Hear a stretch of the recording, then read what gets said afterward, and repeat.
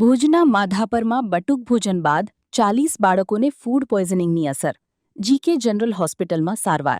ભુજ તાલુકાના માધાપર ગામમાં આયોજિત બટુક ભોજનના કાર્યક્રમ બાદ આશરે 40 બાળકોને ફૂડ પોઈઝનિંગની અસર થતાં અફરાતફરીનો માહોલ સર્જાયો હતો. પ્રાપ્ત માહિતી મુજબ સ્થાનિક મંદિરમાં ધાર્મિક પ્રસંગ નિમિત્તે બટુક ભોજનનું આયોજન કરવામાં આવ્યું હતું, જેમાં મોટી સંખ્યામાં બાળકોએ પ્રસાદ રૂપે ભોજન લીધું હતું. ભોજન બાદ કેટલાક બાળકોને અચાનક ઉલટી, પેટમાં દુખાવો અને અસ્વસ્થતા જેવી તકલીફો શરૂ થતાં પરિવારજનો અને આયોજકો દ્વારા તાત્કાલિક સારવારની વ્યવસ્થા કરવામાં આવી હતી. પ્રાથમિક માહિતી અનુસાર ભોજન દરમિયાન પીરસવામાં આવેલી છાશ પીવાના કારણે બાળકો ફૂડ પોઈઝનિંગનો ભોગ બન્યા હોવાની આશંકા વ્યક્ત કરવામાં આવી રહી છે. બીમાર પડેલા તમામ બાળકોને તાત્કાલિક ભુજની જીકે જનરલ હોસ્પિટલ ખાતે સારવાર માટે ખસેડવામાં આવ્યા છે. હોસ્પિટલમાં ડોક્ટરોની ટીમ દ્વારા તમામ બાળકોની સતત તપાસ અને સારવાર ચાલી રહી છે. હાલ તમામ બાળકોની સ્થિતિ સ્થિર હોવાનું જાણવા મળ્યું છે અને તેઓ ડોક્ટરોની દેખરેખ હેઠળ છે.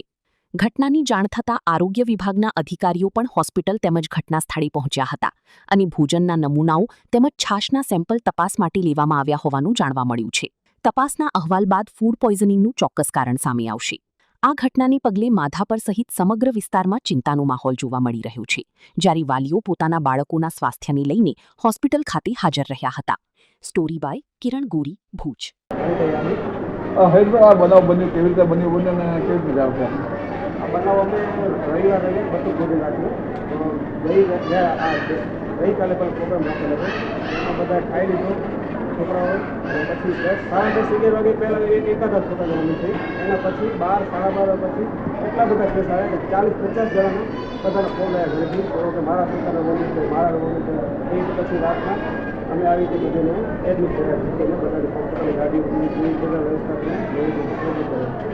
ક્યાં આગળથી બટુક ભોજન આયોજન હતું ને કેવી આવ્યું છે? બટુક ભોજન અમારે સોસાયટીના બધા સભ્યો તરફથી આજે હું કરું, કાલે બીજું કરો, એ કાયમી અમે એકબીજા જાતા હોય એના તરફથી બોલીને અમે દાળ ક્યાંક બનાવી તમારી લીધું દહીં બાર લીધું છે, સેવ લીધું ઘરેથી બનાવી. શું નામ આપનું?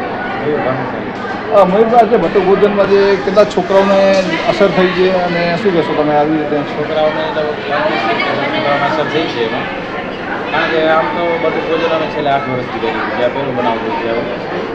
લગભગ બધી વસ્તુ અમારી પોતાની બનાવેલી હોય છે. ક્યારેક છાશ તરીકે લેવાનું, મિશ્રણ લેવાની હોય, પણ અત્યારે કાલે જે બનાવેલું હતું એમાં પણ દાળ ભાત અમારા પોતાના જ બનાવેલા છે. સેવ દૂધી બહારેથી લીધેલી છે અને છાશ બહારેથી લીધેલી છે. દહીં જે લે એના માટે ખબર. પણ અમને દહીંમાં ડાઉટ એટલે છે કારણ કે દહીં ખાલી જે લોકો કાલે છોકરા જમ્યા નથી અને ખાલી જે લોકો છાશ પીધી છે ને એ લોકોને પણ એ જ વોમિટની અસર થઈ ગઈ છે, ફૂડ પોઈઝન થઈ ગયું છે. એટલે જરાક દહીંમાંથી અમને ડાઉટ છે કે એ કદાચ ફૂડ પોઈઝન થઈ ગઈ ને નહીં. દહીં ક્યાંથી મંગાવી તમે? એ આપણે ઐશ્વરનગરની બાજુમાં જોઈએ છે, શિવડેરીમાં. અને શું કહેશો આવી જે બનાવ બની ફૂડ પોઈઝન છે છોકરાઓને આવી અસર થઈ છે? ભાઈ આપણે તો એ જ કહી શકીએ કે ભાઈ તૈયાર વસ્તુ લેતા હોઈએ ને જે લોકો વસ્તુ બનાવે છે, દહીં બનાવે છે કે ટિફિન જે પણ બનાવતા હોય તો પોતાનું ધ્યાન રાખે, 2 પૈસા કમાવા માટે કરીને કોઈ જિંદગી ખરાબ નથી એમ. તો આવી રીતે કોઈ એક્શન લીધા છે પરિવારો ઉપર કે આવી રીતે? અત્યારે સુધી કાંઈ નથી લીધા, પણ અત્યારે જે food and drugs and food દ્વારા છે એ લોકો સેમ્પલ લેવા અત્યારે ગયા છે ત્યાં પણ સેમ્પલ લઈને ચેક કરે છે ખરેખર આવી રીતે. કચ્છમાં બાગાયતી ક્રાંતિ બાદ જળ ક્રાંતિ માટે તત્પર છે શ્રીનાથજી એગ્રો કોર્પોરેશન. ખેડૂત મિત્રો માટે ખુશખબર, ખારા પાણીમાં પણ થશે ભરપૂર પાક.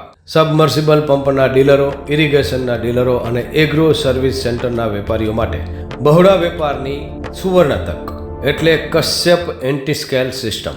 આ મશીન ખારા પાણીને પણ ખેતી લાયક બનાવે છે. આ મશીન મેગ્નેટિક નથી, ડીલરશીપ આવકાર્યા. મોંઘું બિયારણ વાયું, સારું ખાતર નાખ્યું, પણ આ ખારા પાણીને લીધે પાકનો ઉગાવ નો થયો તે નો જ થયો અને ઉપજ નો નીકળી. ભલા માણા મૂંઝાય છે શેનો?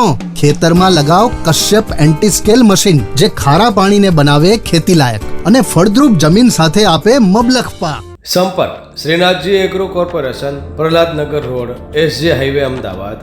સંપર્ક મનોજભાઈ 98 250 20 331.